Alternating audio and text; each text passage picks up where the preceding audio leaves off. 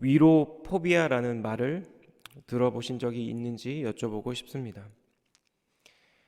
위로라는 이 단어에 공포감, 공포증을 의미하는 포비아라는 단어가 합쳐진 신조어인데요.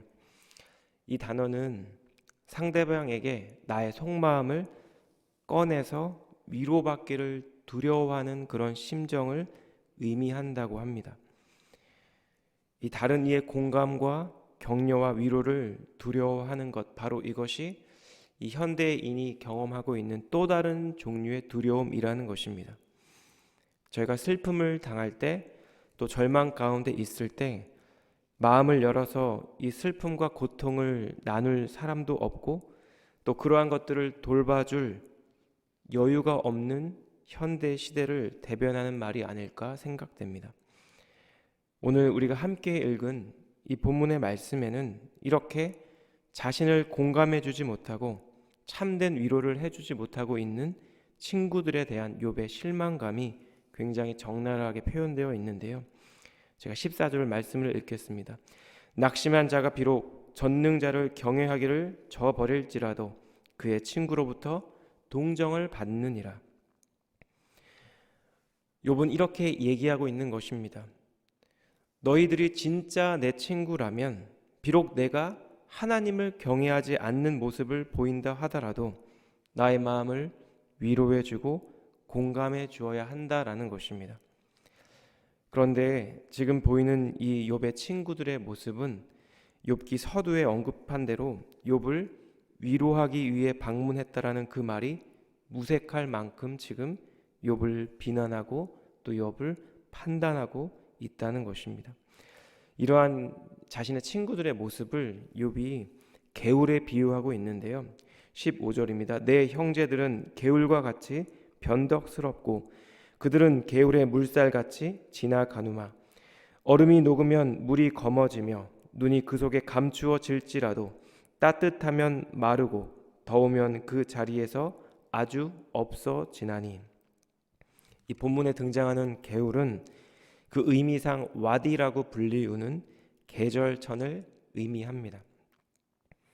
팔레스타인 지역은 굉장히 건조한 지역이기 때문에 1년 내내 흐르는 강이나 개울을 찾기가 쉽지 않다고 합니다.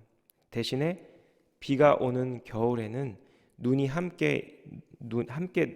녹은 눈이 함께 내려서 제법 큰 물이 흐르는 천을 이루게 되는데, 여름에는 그 물이 흘렀던 자국만 선명하게 남아있는 그런 강을 우리는 와디라고 부릅니다. 계절천이라는 의미인데요. 이러한 계절철은 만약 우기에 그 지역을 지나가는 사람들에게는 오아시스와 같은 곳이 될 수 있지만, 건기에 그 지역을 지나가는 사람에게는 광야와 다를 바 없는 곳에 불과하다는 것입니다. 18절 말씀입니다. 대상들은 그들의 길을 벗어나서 삭막한 들에 들어가 멸망하느니라. 대마의 떼들이 그것을 바라보고 스바의 행인들도 그것을 사모하다가 거기 와서는 바라던 것을 부끄러워하고 낙심하느니라. 우기인 겨울에 이 지역을 지나가다가 계절천 와디에서 물을 마셨던 것을 기억하고 있는 어떤 대상, 장사꾼들이 여름에 그 물 마시기를 기대하며 아무리 찾아도 그곳에서는 더 이상 물을 찾을 수도 마실 수도 없다는 것입니다. 아마도 그들은 한여름 광야에서 물을 찾기 위해 방황하다가 갈증 가운데 결국 죽음을 맞이할 수도 있을 것입니다. 당시 대상들 가운데 유명한 자들인 대마 사람들, 스바 사람들이라 할지라도 그들은 부끄러워하고 낙심하며 좌절하게 될 것이라는 말씀입니다. 먼 광야길을 오고 가는 대상들에게 와디에서 물이 귀한 생명수가 되었던 것처럼 욥은 그의 친구들에게서 그의 심령을 살리고 회복시키는 위로와 동조를 기대했을 것입니다. 극심한 고통과 고난 한가운데 있었지만 욥이 친구들로부터 이런 위로와 용기를 얻었다면 광야 한복판에서 물을 얻어 기뻐했던 대상들처럼 욥도 동일하게 기뻐했을 것이라는 말씀입니다. 그런데 21절에서 욥이 조금 다른 이야기를 하는데요. 너희가 두려운 일을 본즉 겁내는구나라고 이야기합니다. 사실 욥의 친구들이 갖고 있는 이 두려움은 그들이 갖고 있는 가치 체계와 관련이 있습니다. 지금 욥이 주장하고 있는 것처럼 만약 욥이 어떤 죄도 짓지 않았음에도 불구하고 하나님의 재앙을 받아 환난을 당하고 있다면 그들이 믿고 가르쳐왔던 질서가 정면으로 위배되기 때문입니다. 선한 행위를 하면 복을 받고 악한 행위를 하면 벌을 받는다는 그들이 믿고 따르는 질서와 신념에 문제가 있다는 것을 보여주기 때문입니다. 하지만 욥의 친구들에게는 그들이 절대적으로 믿어왔던 그들의 전통적인 가치 체계에 욥처럼 문제를 제기하고 도전할 용기와 생각이 없었습니다. 그래서 그들이 찾은 해결책이 무엇일까요? 아마 욥 너에게 문제가 있을 거야. 너가 모르는 죄를 지었을 거야 라고 결정을 내리는 것이었습니다.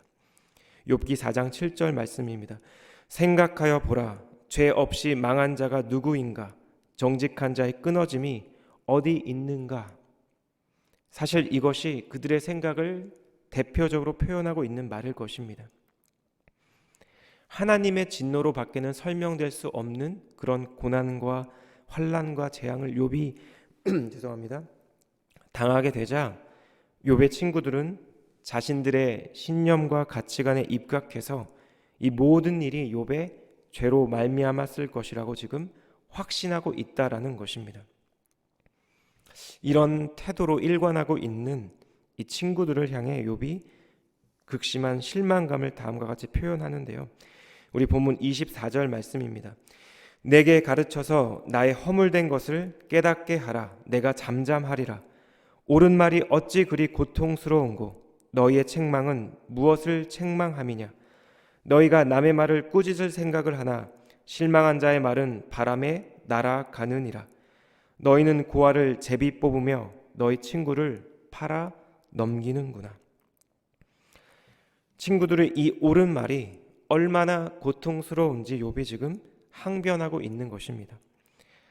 도대체 친구들이 무엇을 책망하고 있는지도 지금 물어보고 있습니다. 사실 이 욥의 친구들이 지금 관심을 갖고 있는 것은 고난당한 욥의 마음을 위로해 주는 것도 아니었고 이 가운데 선하신 주님의 뜻을 찾는 것도 아니었습니다. 친구들이 보기에 욥이 당한 고난과 그 재앙의 원인은 분명했고 따라서 욥은 죄인일 수밖에 없었으며 죄인이어야 했던 것입니다. 본문의 마지막 단락인데요. 28절입니다. 이제 원하건대 너희는 내게로 얼굴을 돌리라. 내가 너희를 대면하여 결코 거짓말하지 아니하리라. 너희는 돌이켜 행악자가 되지 말라. 아직도 나의 의가 건재하니 돌아오라. 내 혀에 어찌 불의한 것이 있으랴. 내 미각이 어찌 속임을 분간하지 못하랴. 욥이 자신의 친구들에게 바란 것은 그들의 시선을 자신이 겪고 있는 이 고통스러운 현실이나 아니면 이 모든 일들의 원인이 아니라 바로 고통 한가운데 있는 욥 자신에게 돌리는 것이었습니다. 그리고 자신이 하는 말을 들어주기를 간절히 바랬습니다. 욥기 서두에서 엘리바스가 욥에게 죄에서 돌이키라라고 이야기했지만 욥은 지금 친구들에게 나에게 돌이키라고 권면하고 요청하고 있는 것입니다. 어떠한 종류의 편견도 갖지 말고 욥 나 자신을 새로운 시각과 관점으로 그리고 진실된 마음으로 바라보고 대해달라고 간절하게 부탁하고 있다라는 것입니다. 이 본문의 말씀에 나와 있는 이 친구들을 향한 이 욥의 말은 우리가 고난당한 사람, 재앙 한가운데 있는 분들에게 어떤 부분에서 조심히 다가가고 위로해야 할지에 대한 통찰력을 우리에게 제공합니다. 욥은 만일 자신이 낙심해서 하나님을 원망할지라도 그런 자신을 동정해 주는 것이 진정한 친구라고 지금 이야기하고 있습니다. 고통 가운데 있는 자신에게 무엇이 옳고 그른지를 말하며 비판하고 판단하는 것이 아니라 그들을 자신을 위로하고 격려해 주는 것이, 자신의 말을 들어주는 것이 자신이 진짜 원하는 바라고 이야기하고 있다라는 것입니다. 그러면 이 고난 가운데 있는 지체를 향한 이 참된 위로와 격려는 어떻게 해야 하는 것일까요? 이 고난과 고통 가운데 있는 사람들에게 우리는 어떻게 다가가서 어떻게 위로를 해야 할까요? 저는 이 본문을 묵상하며 참된 위로가 무엇인지 생각하는 가운데 요한복음 21장에 있는 예수님의 모습이 떠올랐습니다. 베드로와 제자들을 찾아가신 예수님의 모습이 요한복음 21장에 기록되어 있죠. 그런데 바로 앞장인 요한복음 20장에는 십자가에서 죽임 당하시고 부활하신 후에 제자들에게 찾아오신 예수님의 모습이 기록되어 있습니다. 그리고 마지막 두 구절이 이렇게 표현되어 있는데요. 요한복음 20장 30절입니다. 예수께서 제자들 앞에서 이 책에 기록되지 아니한 다른 표적도 많이 행하셨으나 오직 이것을 기록함은 너희로 예수께서 하나님의 아들 그리스도이심을 믿게 하려 함이요 또 너희로 믿고 그 이름을 힘입어 생명을 얻게 하려 함이니라. 이 두 구절의 말씀을 보시면 사실 이대로 요한복음 전체가 끝나고 마무리되어도 크게 어색하지 않은 그런 뉘앙스를 전달하고 있습니다. 그런데 그렇게 끝날 것 같았던 요한복음은 21장에 새로운 에피소드를 하나 또 소개하고 있는데요. 이 에피소드는 지속적으로 한 인물을 추적하며 묘사하고 있습니다. 바로 사도 베드로입니다. 부활하신 예수님과의 재회는 베드로에게 분명 너무나도 충격적인 사건이자 너무나도 좋은 소식이었을 것입니다. 예수님께서 친히 말씀하신 대로 주님이 다시 살아나셔서 내 앞에 서 계신데 베드로의 마음 한구석에는 여전히 형용 못할 억눌린 마음, 괴로운 마음이 있었습니다. 그 부활하신 예수님을 볼 때마다, 예수님을 생각할 때마다 예수님을 욕하고 저주하며 부인했던 자신의 모습이 떠올랐을 것이기 때문입니다. 그 목적과 이유를 분명하게 파악하기는 어렵지만 베드로는 부활하신 예수님을 만난 후 어느 날 나는 갈릴리에 돌아가 고기를 잡겠다고 하고 이야기합니다. 요한복음 21장 3절인데요. 시몬 베드로가 나는 물고기 잡으러 가노라 하니 그들이 우리도 함께 가겠다 하고 나가서 배에 올랐으나 그날 밤에 아무것도 잡지 못하였더니. 우리가 다 아는 것처럼 베드로를 따라간 다른 제자들과 함께 밤을 새워 그물질을 하였지만 한 마리도 잡지 못했습니다. 그리고 호숫가에 있는 어떤 사람의 권면으로 배 오른편에 그물을 내렸고 수많은 물고기를 잡게 됩니다. 그리고 그들은 그곳에서 그렇게 다시 예수님을 만나게 되었습니다. 갈릴리에 거닐던 그 한 사람이 바로 예수님이라는 사실을 깨달은 베드로와 제자들은 서둘러 육지로 올라오는데요. 그리고 그곳에는 요한복음 21장 9절 말씀과 같이 숯불이 피워져 있었고 그 위에 생선과 떡이 놓여져 있었습니다. 눈앞에 생선을 보며 예수님의 제자가 된 날 그 깊은 곳에 그물을 건져 올린 수많은 물고기를 베드로는 생각했을지도 모르겠습니다. 눈앞에 놓여있는 숯불을 보며 예전 불 피우는 그 숯 앞에서 예수님을 부인했던 자신의 모습이 떠올랐을지도 모르겠습니다. 누가복음 22장에는 마지막 세 번째로 예수님을 부인한 후에 예수님과 눈이 마주친 베드로의 모습이 묘사되어 있는데요. 61절입니다. 주께서 돌이켜 베드로를 보시니 베드로가 주의 말씀 곧 오늘 닭 울기 전에 내가 3번 나를 부인하리라 하심이 생각나서 밖에 나가서 심히 통곡하니라. 베드로는 우리가 지금 살펴보고 있는 욥과 같이 그런 종류의 극심한 고난과 재앙을 당하지는 않았지만 그의 내면은, 그의 영혼은 욥만큼이나 곤고하고 황무했을 것입니다.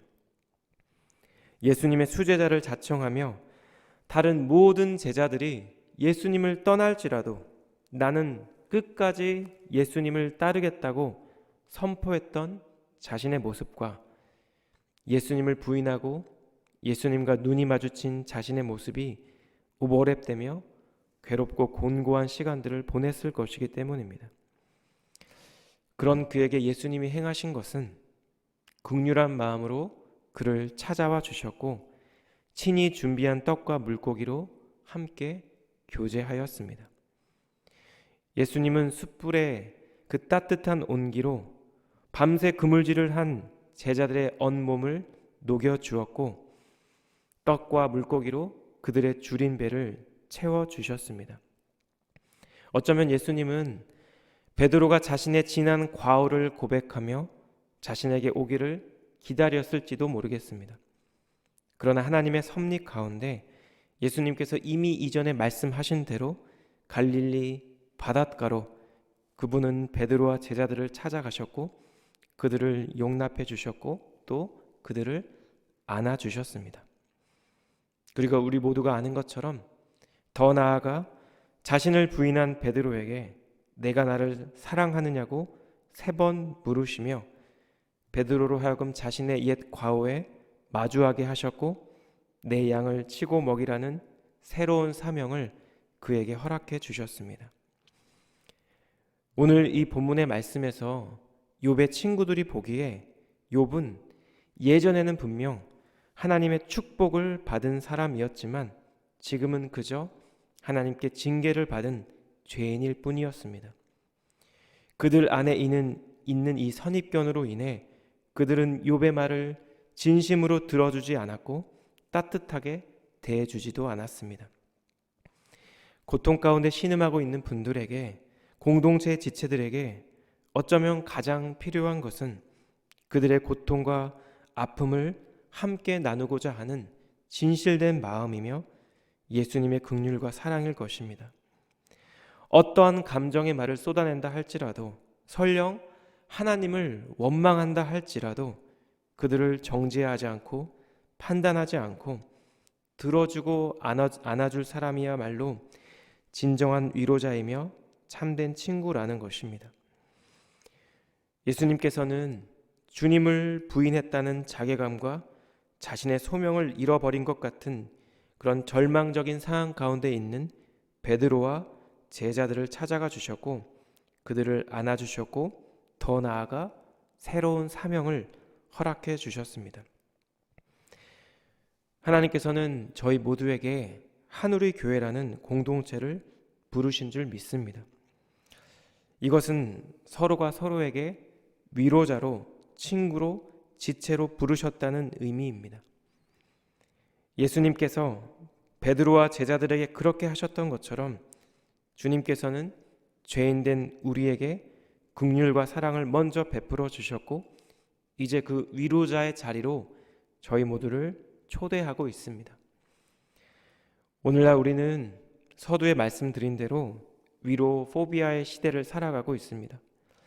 그만큼 우리 모두에게는 우리 주님의 참된 위로와 격려가 더 절실하게 필요한 시대인지도 모르겠습니다. 하나님께서 저희 각자에게 허락해 주신 우리의 삶의 자리에서 우리 주변의 지체들에게 혹시나 남모를 고난과 고통 가운데 계신 분들에게 참된 위로자로, 진정한 친구로 주님의 위로를 전하는 우리 사랑하는 성도님들의 오늘 하루의 삶이 되기를 우리 주님의 이름으로 축복합니다. 저희 모두를 통해 전해진 주님의 긍휼과 사랑으로 인해 한 영혼이 하나님의 위로 가운데 심령이 회복되고 더 나아가 사명이 회복될 것입니다. 그러한 일들이 우리 사랑하는 공동체 안에 더욱더 풍성하게 일어나기를 우리 주님의 이름으로 축복합니다. 기도하겠습니다. 하나님, 오늘도 이 아침 우리를 예배와 기도의 자리로 인도해 주심에 감사합니다. 하나님 공동체에 허락해 주신 하나님의 말씀을 통해 참된 위로가 무엇인지 다시 한번 생각하고 묵상하게 하시니 또한 감사합니다. 때로 우리도 욥의 친구들처럼 타인의 고통과 아픔 앞에서 그 모든 고난과 환난의 원인을 따지며 그들을 판단하고 정죄하지는 않았는지 주님 우리를 돌아보게 하시니 또한 감사합니다. 예수님께서 죄인된 우리를 긍휼히 여겨주시고 위로해 주시며 안아주셨던 것처럼 하나님 고난과 절망 가운데 있는 지체들을 주님의 그러한 마음으로 대할 수 있는 저희 모두가 될 수 있도록 은혜를 베풀어 주시옵소서. 하나님 애통하는 자에게 주시는 하나님의 위로하심 가운데 새로운 회복을 경험하고 더 나아가 사명을 회복하는 우리 사랑하는 성도님들의 삶이 될 수 있도록 하나님 저희 모두와 함께하여 주시옵소서. 하나님 오늘 하루도 저에게 허락해 주신 이 귀한 하루의 시간이 주님께서 진정 원하시는 참된 위로자의 삶을 살아가는 저희 모두가 되게 하여 주시옵소서. 오늘 하루의 삶 순간순간을 그런 선하신 주님께 맡겨드리며 진정한 위로자 되신 예수님의 이름으로 기도드렸습니다. 아멘.